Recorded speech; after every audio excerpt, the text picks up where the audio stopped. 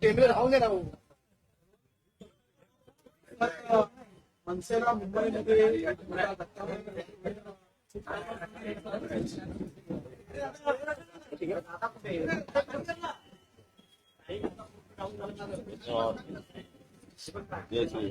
भारत माता की जय. भारतीय जनता पार्टीचा भारत माता की जय. वंदे मातरम. प्रतीक्षेला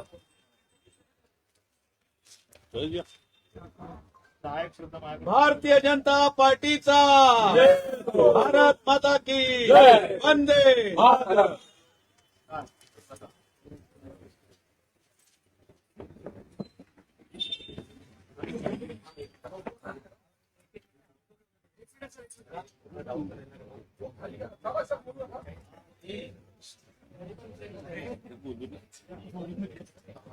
आज या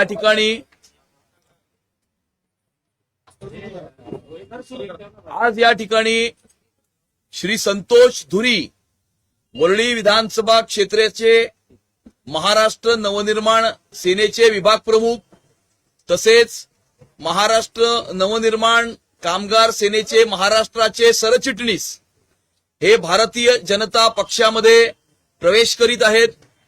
त्यांचे मी भारतीय जनता पक्षामध्ये मनपूर्वक स्वागत करतो. गेल्या 11 वर्षामध्ये पंतप्रधान नरेंद्र मोदीजींच्या नेतृत्वात सन्माननीय मुख्यमंत्री देवेंद्र फडणवीस साहेबांनी ज्या प्रकारचा विकास या मुंबई शहरामध्ये मुंबई नगरीमध्ये घडवून आणलेला आहे, क्रांतिकारक अशा प्रकारचे परिवर्तन या मुंबई शहरात घडवून आणलेले आहे. त्यामध्ये Atal Setu, metro, coastal road आणि ज्या विधानसभा क्षेत्राचे महाराष्ट्र नवनिर्माण सेनेचे संतोष धुरी प्रमुख होते त्या वरळीतल्या बीडीडी चाळीतल्या मराठी माणसाला 560 फुटाचं त्याच दक्षिण मुंबईमध्ये घर निर्माण करून देण्याचं काम सन्माननीय मुख्यमंत्री देवेंद्र फडणवीस साहेबांनी केलेलं आहे. आणि वरळीतल्या दक्षिण मुंबईतल्या मराठी माणसाला त्या दक्षिण मुंबईतून हद्दपार होण्यापासून रोखण्याचं काम हे सन्माननीय मुख्यमंत्री देवेंद्र फडणवीस साहेबांनी केलेलं आहे. आणि ज्या मराठी माणसासाठी इतकी वर्ष संतोष धुरीजी लढत होते, ज्या हिंदुत्वासाठी संतोष धुरीजी लढत होते, ते कार्य भारतीय जनता पक्षाच्या माध्यमातून होत असताना भारतीय जनता पक्षाच्या कार्यावर प्रभावित होऊन आज त्यांनी या ठिकाणी भारतीय जनता पक्षामध्ये प्रवेश केलेला आहे. तसेच या ठिकाणी मुंबई शहरामध्ये हिंदुत्वाचा भगवा रंग हा टिकला पाहिजे. मुंबई शहराचा रंग हा बदलू दिला गेला नाही पाहिजे. आणि जर अशा प्रकारच्या काही जिहादी आतंकवादी ताकदी शक्ती जर मुंबई शहराचा ताबा घेऊ इच्छितात तर त्या लढाईमध्ये भारतीय जनता पक्षामध्ये सामील होऊन अशा प्रकारच्या सर्व आतंकवादी जिहादी देशविरोधी शक्तींविरुद्ध लढण्यासाठी आणि हिंदुत्वाचा भगवा झेंडा हा मुंबईच्या महानगरपालिकेवरती फडकवण्यासाठी संतोष धुरीजी यांनी भारतीय जनता पक्षामध्ये प्रवेश केलेला आहे.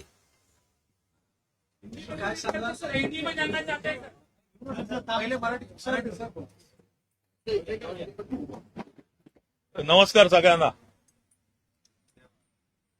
जय श्रीराम.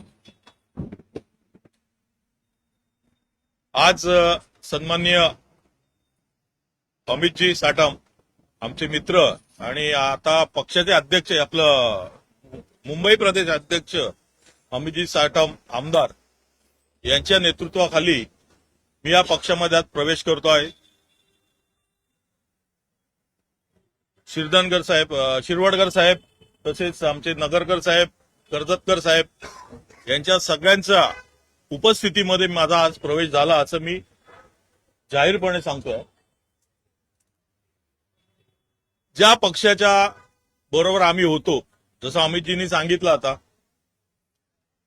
2007 साली ज्यावेळेला पक्ष स्थापना झाली तेव्हापासून शिवसेनेमधून आम्ही सन्माननीय राजसाहेबांबरोबर आम्ही सगळे जे चाहते होतो, विद्यार्थी सेनेवाले होते, सगळे होते, जे साहेबांचे चाहते होते ते सन्माननीय राजसाहेबांबरोबर आम्ही बाहेर पडलो. पहिले आम्ही शिवसेनेमध्ये होतो, नंतर मनसेमध्ये आम्ही आलो आणि मनसेचं कार्य आम्ही पुढे चालू ठेवलं. महाराष्ट्र नवनिर्माण सेनेनंतर मध्ये आम्ही नगरसेवक झालो, पहिले शाखाध्यक्ष झालो, नगरसेवक झालो, विविध पदं भूषवली. आम्ही एका झेंड्याखाली होतो. आमचं रक्त भगवं आहे. शिवसेनेमधून आलेलो आहोत आम्ही. आज आम्ही मनसेमध्ये आलो.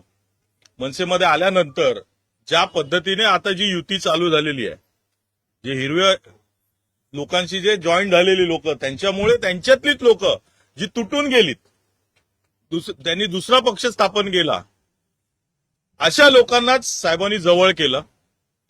आणि त्या लोकांना जवळ केल्यानंतर त्या लोकांनी पूर्णपणे त्या पक्षाचा ताबा घेतला. पूर्णपणे ताबा घेतलेला आहे. पूर्ण आमचा पक्ष साहेबांनी सरेंडर केलाय त्यांना. आज तुम्ही बघितलं असेल की आम्हाला म्हणजे ज्या सीट दिल्यात, अशा सीट दिल्यात, दिसायला आकडा 52 आहे, पण ज्या सीट दिलेल्या आहेत त्या सीट तुम्ही जर बघितल्या तर त्यातल्या 7 ते 8 सीट येतील की नाही शंका आहे. कारण ज्या सीट आम्हाला पाहिजे होत्या त्या सीट तर आम्हाला दिल्या नाहीत. आणि अशा सीट दिल्या आहेत की तिकडे त्यांच्याकडे उमेदवार नव्हते, त्यांच्याकडे नगरसेवक होते तिकडे, पण त्यांची नावं खराब होती म्हणून त्यांनी त्या सीट पण आम्हाला द्यायला तयार झाले. माहीम, दादर, वरळी, शिवडी, भांडूप या ठिकाणी, ज्या ठिकाणी आमच्या सीट म्हणजे जिकडे मराठी माणसाचा टक्का जास्त आहे, ज्या ठिकाणी आमची ताकद जास्त आहे, तिकडे आम्ही 2-2 सीट मागितल्या. तिकडे आम्हाला 1 सीटवर त्या लोकांनी हे केलेलं, बोळवण केली आमची. आणि पूर्णपणे त्यांना पाहिजे त्या सीट त्यांनी दिलेल्या. माझे तुम्ही काहीतरी मध्ये बातमी लावलेली होती 194 मला दिला नाही म्हणून मी गेलो, नाराज झालो वगैरे. हा विषयच नव्हता. ज्या वेळेला मी चर्चा केली आमच्या नेत्यांशी की तुमचं घोडं कुठे अडते, तेव्हा त्यांनी सांगितलं की 192 वर आणि 190 वर. मी बोललो 192 आणि 190 वर मला कळलं नाही. आपल्याला प्रत्येक विधानसभेमधून 2 सीट देणार आहेत तर कुठे अडते? 194 मिळते आपल्याला, पण आपल्याला 192 आणि 190 महत्वाची आहे. बोलो हरकत नाही, 190 घ्या, 192 घ्या, काय करायचं ते करा, मला मोकळं करा, चला. मी ह्या भाषेमध्ये त्यावेळेला सन्माननीय सरदेसाई साहेबांना पण सांगितलं, हरकत नाही, 2 वॉर्ड ते घ्या. परंतु ते पण नाही झालं. मिळाला कुठला 192, जिकडे प्रकाश पाटणकर म्हणून जे 2 वेळा नगरसेवक होते त्यांचा वॉर्ड तिकडनं त्यांच्याकडनं काढून घेण्यात आला आणि तो वॉर्ड म्हणजे त्याच्यावर पण अन्याय झाला. ठीक आहे, हरकत नाही. आता पुढची महत्वाची गोष्ट अशी होती की आम्हाला या चर्चेमध्ये, मी तर काही नेता नाहीये, मला या चर्चेमध्ये सहभागी नाही केलं, मला कुठल्याही प्रकारचा राग नाही. मला सीट नाही दिली, मला कुठल्याही प्रकारचा राग नाहीये, कारण साहेबांनी आम्हाला भरपूर दिलं. परंतु आमचे नेते संदीपजी देशपांडे यांना कुठल्याही प्रकारच्या चर्चेमध्ये सहभागी केलं नाही, कुठेही त्यांना घेतलं गेलं नाही. त्याच्यानंतर ज्या वेळेला विचारणा करण्यात आली त्यावेळेला आम्हाला असं कळलं की वरून असा तह झालेला आहे की त्या तहामध्ये 2 किल्ले सरेंडर केले आहेत साहेबांनी. एक संतोष धुरी आणि एक संदीप देशपांडे. हे 2 किल्ले आमचे सरेंडर केलेले आहेत. म्हणजे काय केलं की तिकडनं बांद्रावरून सांगण्यात आलं, बांद्र्याच्या बंगल्यावरून सांगण्यात आलं की हे दोघं जण कुठेही दिसले नाही पाहिजेत, कुठल्याही चर्चेमध्ये दिसले नाही पाहिजे किंवा कुठल्याही उमेदवार म्हणून कुठेही दिसले नाही पाहिजे. देशपांडे तर काय उमेदवारी करणारच नव्हते, परंतु संतोष धुरी पण कुठे दिसलं नाही पाहिजे, या प्रकारचा तह झाला. आणि हे जेव्हा आम्हाला कळालं त्याच्यानंतर आमची चर्चा झाली. देशपांडे साहेबांना सांगितलं मी, जर असं होत असेल तर बोलो राहण्यात काय अर्थ आहे इकडे. एकतर काँग्रेस बरोबर जाऊन या लोकांनी स्वतःचं रक्त हिरवं केलेलं आहे, आता परत इकडे येऊन आपलं पण रक्त हिरवं करण्याचा प्रयत्न करणार, आपल्याला कुठेही स्थान देणार नाहीत. त्यापेक्षा मी माझा विचार करतो. संदीपजीचं मन खूप मोठं आहे, ते खूप सीझन आहेत. त्यांनी सांगितलं तू विचार कर बाबा, मी काय येत नाही. म्हणजे हा प्रकारे मी याच्यातून बाहेर पडलो. सन्माननीय देवेंद्रजी फडणवीस साहेब यांच्याकडे काल मी गेलेलो. नितेशजी राणे यांनी मला बोलवून घेतलं, माझी चर्चा केली. मला खूप त्याच्यामध्ये आनंद वाटतोय आणि खूप भरून आलं की काय विषय असा आहे की नितेशजी राणे हे सिंधुदुर्गावरनं फक्त आणि फक्त माझ्यासाठी आलेत. त्याच्यानंतर माझ्याशी भेट घेतली. त्याच्यानंतर परत सकाळी ते फ्लायओव्हर करून ते गेलेत सिंधुदुर्गाला, कारण त्यांचे काहीतरी वॉरंट कॅन्सल करायचं होतं दुसऱ्या दिवशी काल. त्याच्यानंतर परत काल आलेत आणि त्याच्यानंतर देवेंद्रजीकडे घेऊन गेले मला आणि तिकडे माझी चर्चा झाली साहेबांबरोबर. खूप चांगली चर्चा झाली आणि त्यानंतर मी निर्णय घेतला की आपण प्रवेश करायचा. देवेंद्रजींनी सांगितलं की आमचे अध्यक्ष आहेत त्यांच्याकडे तुम्ही जा, मुंबईचे अध्यक्ष अमितजी साटम आमदार यांच्याकडे जा आणि तुम्ही तिकडे प्रवेश घ्या. त्याप्रमाणे मी इकडे आज आलो आहे आणि मी आज इकडे प्रवेश केला. संतोषजी, तुम्ही सांगताय की रक्त हिरवं, तुम्ही संगीतजी तुमचे नेते वारंवार उल्लेख करताय, तुम्हाला तुमचं रक्त हिरवं होऊ द्यायचं नव्हतं, पण मित्राचं रक्त आता तिकडे हिरवं होत आहे, हे चालणार आहे का तुम्हाला? मी तुम्हाला सांगितलं की त्याचं मन मोठं आहे, त्याचं मन खूप मोठं आहे, तो त्याचा निर्णय घेईल. पण माझं मन तेवढं मोठं नाहीये म्हणून मी हा निर्णय घेतला. पक्षाच्या भूमिका वारंवार तुम्ही मांडलेल्या होत्या, अनेक आंदोलनं केली होती. इंडियाचं सगळ्यात मोठं आंदोलन होतं ते तुम्ही दोघांनी लीड केलं होतं.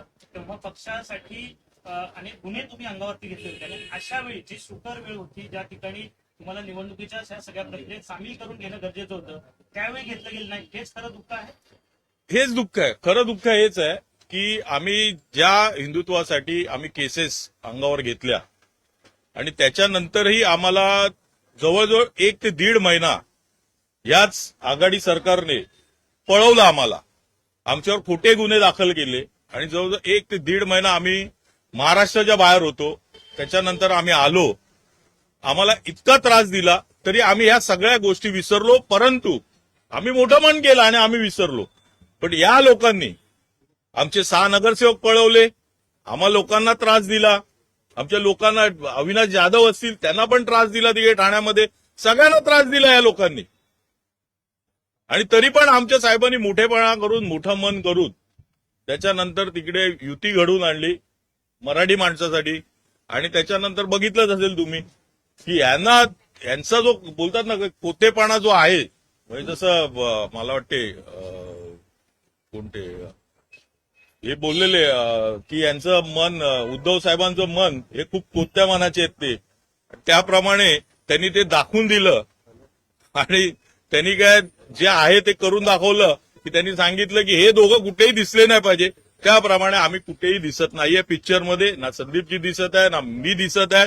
त्याच्यामुळे जे चेहरे आमचे महत्वाचे जे चेहरे आहेत, म्हणजे जसे अनिजा माजगावकर असेल, हिला तिकीट नाकारण्यात आली, असे भरपूर चेहरे जे आहेत त्यांना तिकीट नाकारण्यात आली. राहुल चव्हाण असेल, मग भरपूर जे आहेत, आता मी सांगत बसलो तर पूर्ण लिस्ट तिकडे तुम्हाला दिसेल.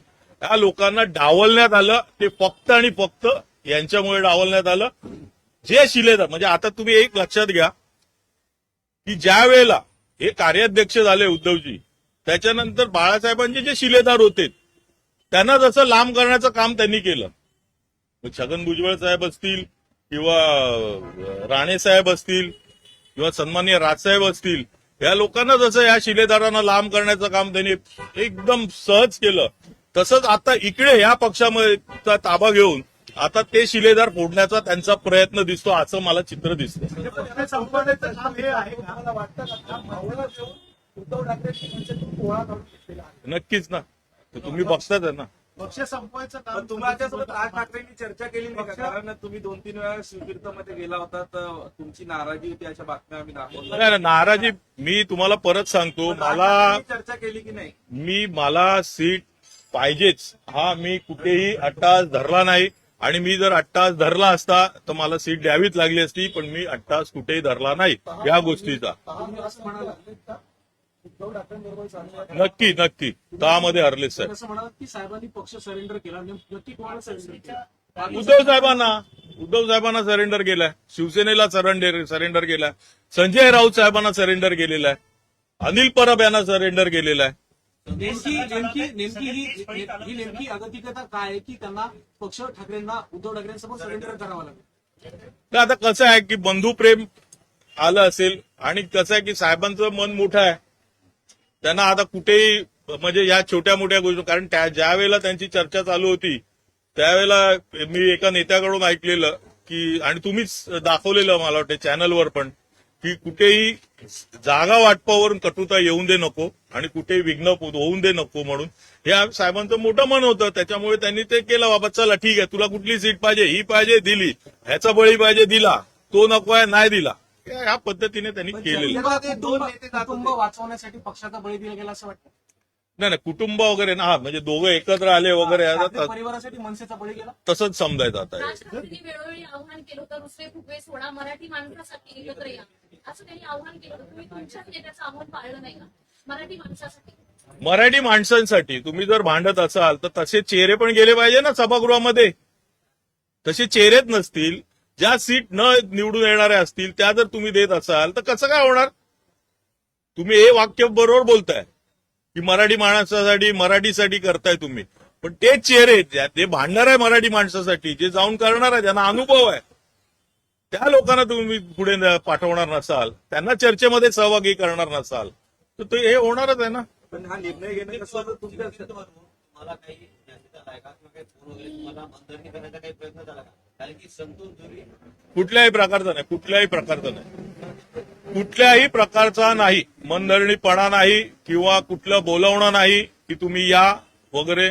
संदीपजीने एक निरोप दिला की साहेबांनी तुला बोलवलंय, त्याच्यानंतर काल बोलवलेलं आणि नंतर निरोप परत आला की उद्याचे कॅन्सल, आजची कॅन्सल झाली, उद्या बोलवणार आहे. या सगळ्यामुळे कुठेतरी पक्ष संपवण्यासाठी राज ठाकरे सोबत फिरत नाही असं म्हणायचं की, कारण काल देखील सोबत दौरे करणार होते, मात्र काल देखील सोबत दिसले नाही, त्याच्यामुळे कुठेतरी हे दुःखी कटोता दिसते आणखी परत येते. हे आता तुम्हाला जास्त माहिती माझ्यापेक्षा, नाही काय कारण तुम्ही लाईन उचलण्यामध्ये एक्सपर्ट आहात.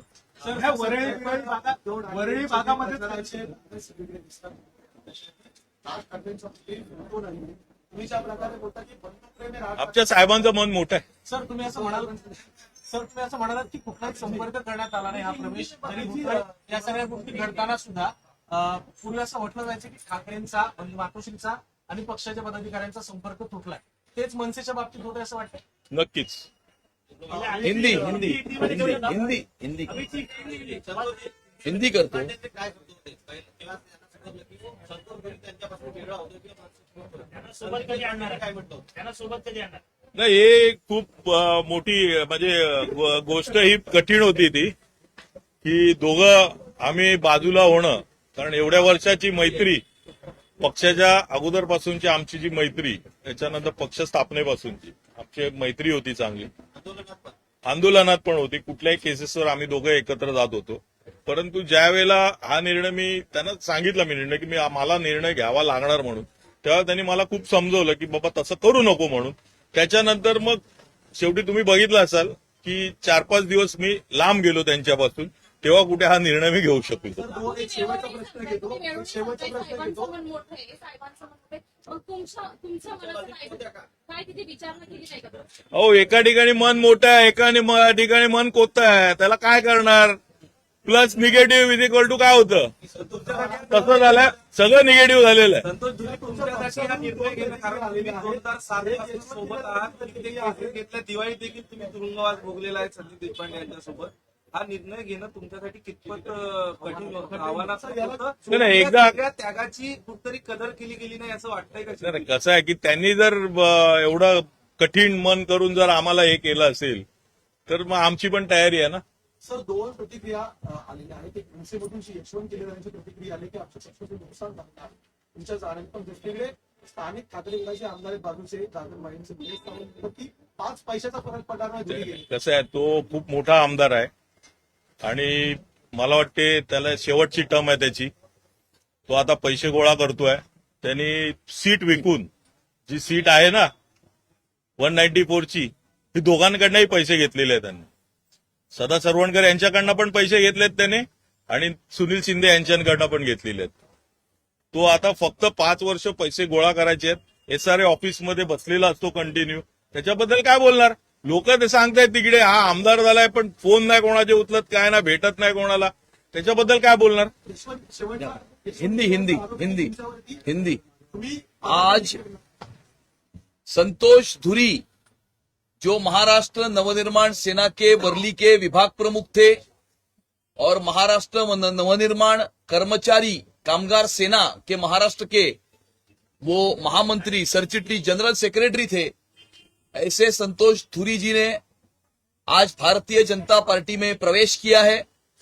पिछले 11 वर्षों में प्रधानमंत्री नरेंद्र मोदी जी के नेतृत्व में सम्माननीय मुख्यमंत्री देवेंद्र फडणवीस जी ने जिस प्रकार का विकास इस मुंबई शहर में किया है, क्रांतिकारक इस प्रकार के बदल या परिवर्तन उन्होंने मुंबई शहर में जो लाए हैं, Atal Setu, coastal road, metro, या जिस वर्ली का प्रतिनिधित्व संतोष धुरी जी करते हैं, उसी वर्ली में बीटीडी चाल में 160 फुट के घर में रहने वाले मराठी आदमी को 560 फुट का घर बनाकर देने का काम देवेंद्र जी ने किया है।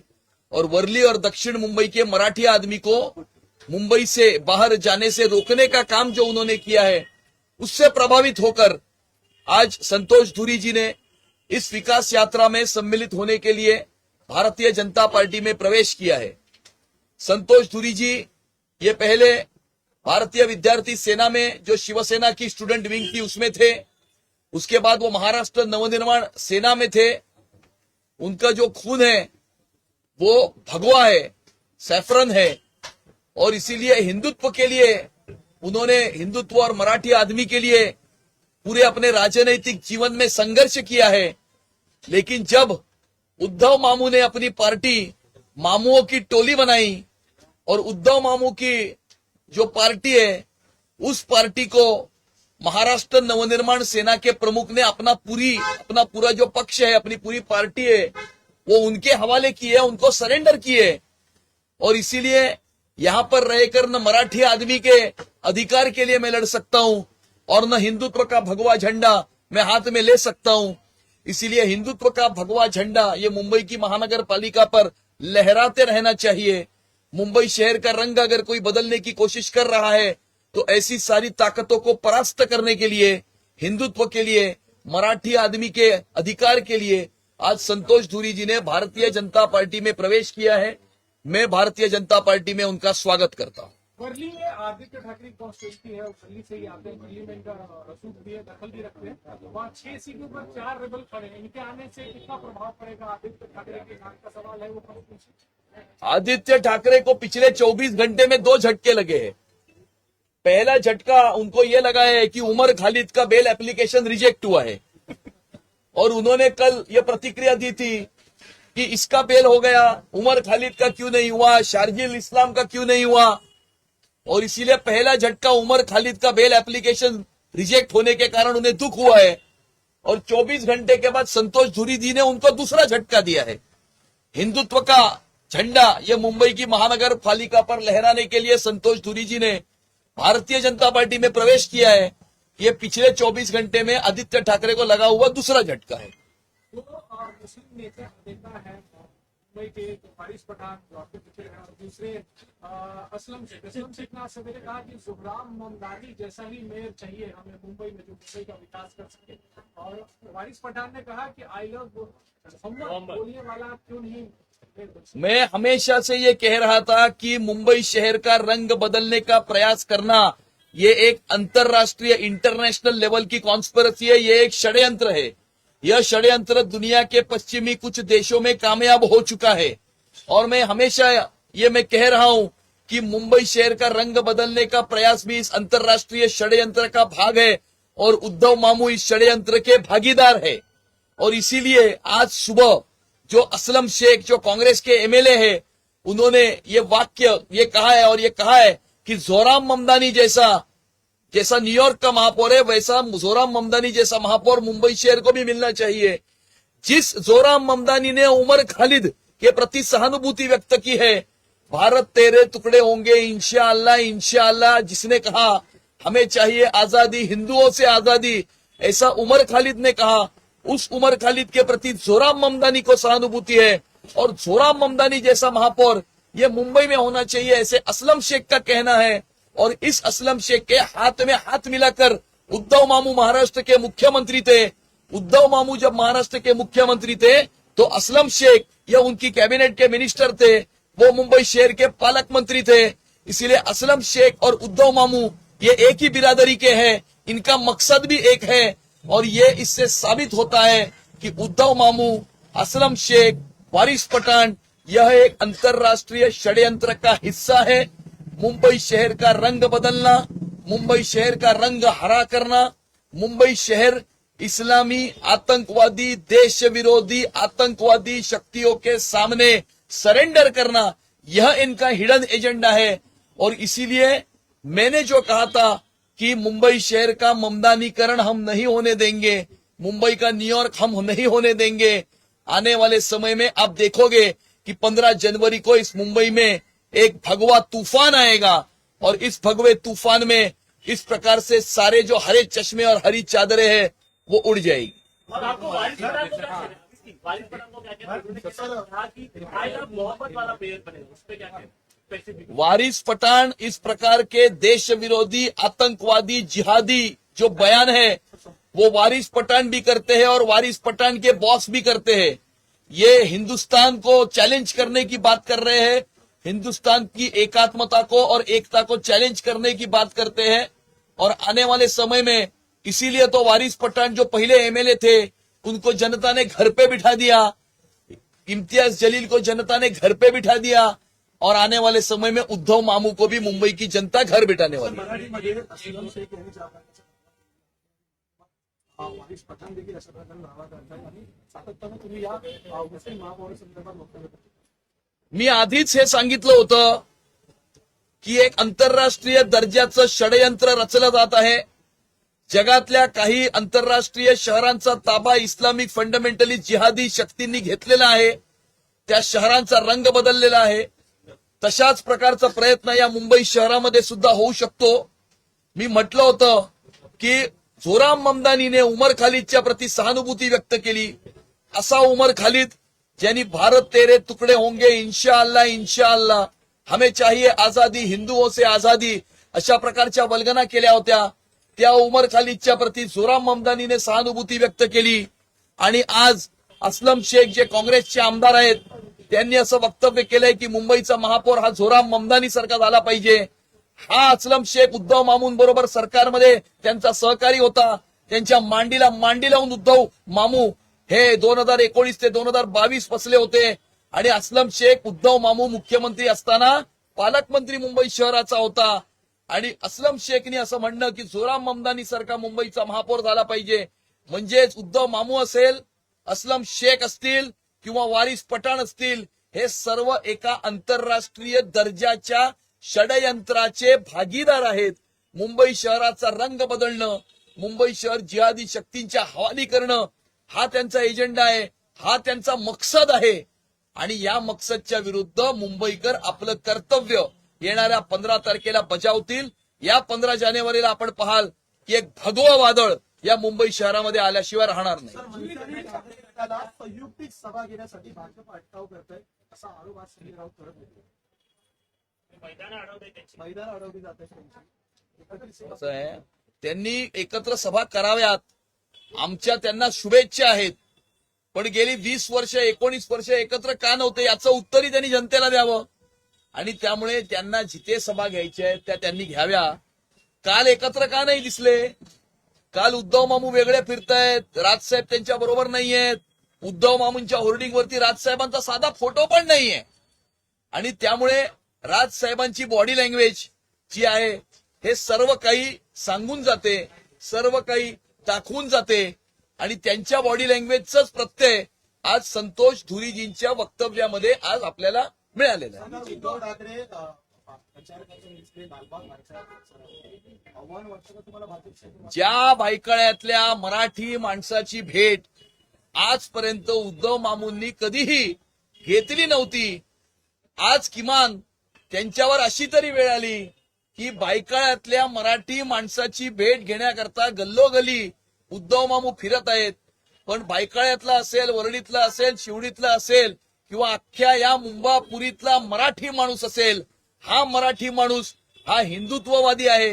हिंदू हृदय सम्राट शिवसेना प्रमुख सरसेनापती बाळासाहेब ठाकरेंच्या हिंदुत्वाच्या विचारांना मानणारा आहे आणि हिंदुत्वाच्या विचारांना ज्या वेळेला यांनी तिलांजली दिली, मराठी माणूस त्या क्षणी यांच्यापासून दूर झाला आणि त्यांनी मालवणी माणसाला, कोकणी माणसाला, ज्या कोकणी माणसानं, ज्या मालवणी माणसानं शिवसेना घडवली, ज्यांनी शिवसेनेला भरभरून आशीर्वाद दिले, ज्या शिवसेना प्रमुखांना मालवणी माणसांनी भरभरून आशीर्वाद दिले, त्या कोकणी मालवणी माणसाला सुद्धा शिव्या घालण्याचं काम हे उद्धव मामूंनी केलेलं आहे. आणि त्यामुळे संपूर्ण या मुंबई शहरातला कोकणी माणूस, मालवणी माणूस, सिंधुदुर्गातला, रत्नागिरीतला सगळे साटम, राणे, तावडे, धुरी, बांदिवडेकर, नारिंगरेकर, साळवी हे सगळेच्या सगळे आता भारतीय जनता पार्टीच्या पाठीशी खंबीरपणे उभे असताना आपल्याला दिसत आहे. राज ठाकरेंच्या सोबत प्रचारासाठी सातत्याने उद्धव ठाकरेंकडून आवाहन केलं जाते. बॅनरवरती कुठेही राज ठाकरे दिसत नाहीये उद्धव ठाकरे. याचं उत्तर तर उद्धव मामूस देतील, मी कसं देणार? बॅनर त्यांनी लावलेत, त्यामुळे ज्यांनी बॅनर लावले याचं उत्तर ते देतील. त्यांना जाऊन विचारा. सर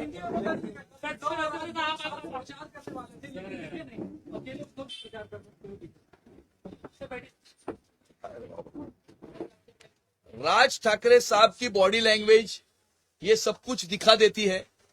संतोष धुरी जी ने ही खुद कहा कि किस प्रकार से वो व्यथित हो चुके हैं, किस प्रकार की उनकी पार्टी सरेंडर हो चुकी है. और पार्टी पूरी सरेंडर करने के बाद उद्धव मामू की पार्टी के होर्डिंग पर उनका एक फोटो भी हमें देखने नहीं मिल रहा है. मुझे ऐसा लगता है कि इससे बड़ी दुख की बात दूसरी कोई हो नहीं सकती. सर हिंदी में जानना चाहते हैं सर, संतोष जी से एक बात करेंगे. हिंदी में आप और भी एमएनएस के नेता कैसा है, मान सम्मान सबको चाहिए. अगर वो कहेंगे कि आपने इलेक्शन के टाइम में, बैंड्रा वाले बोलेंगे कि इलेक्शन के टाइम में आपने जो प्रचार हमारे विरोध में किया, जब भी हमारी सत्ता थी तभी आपने हिंदुत्व का नारा लगा के हमारे लोगों को नाराज किया, बोंगे उतारना, ये बाकी जो हम लोग ने काम किए, तभी हम लोग के ऊपर जो केसेस डाले, वो अगर लोगों को अभी भी नहीं पट रहे हैं तो मैं क्या करूं? मेरे को नहीं पटा. मैंने देखा कि अब अभी ये जो पक्ष है, मनसे है, वो कहीं कांग्रेस की राह पे चल रहा है, कहीं तो भी शिवसेना की राह पे चल रहा है, जो अभी बाला साहब ठाकरे की राह शिवसेना नहीं रही है. वो मैंने देखा, जिसके लिए मैंने ये निर्णय लिया. अभी उनको लेना है, वो कभी लेंगे वो देखें. वर्ली में कितना असर तुम्ही पडला? कोकणातले आहात? हो. एक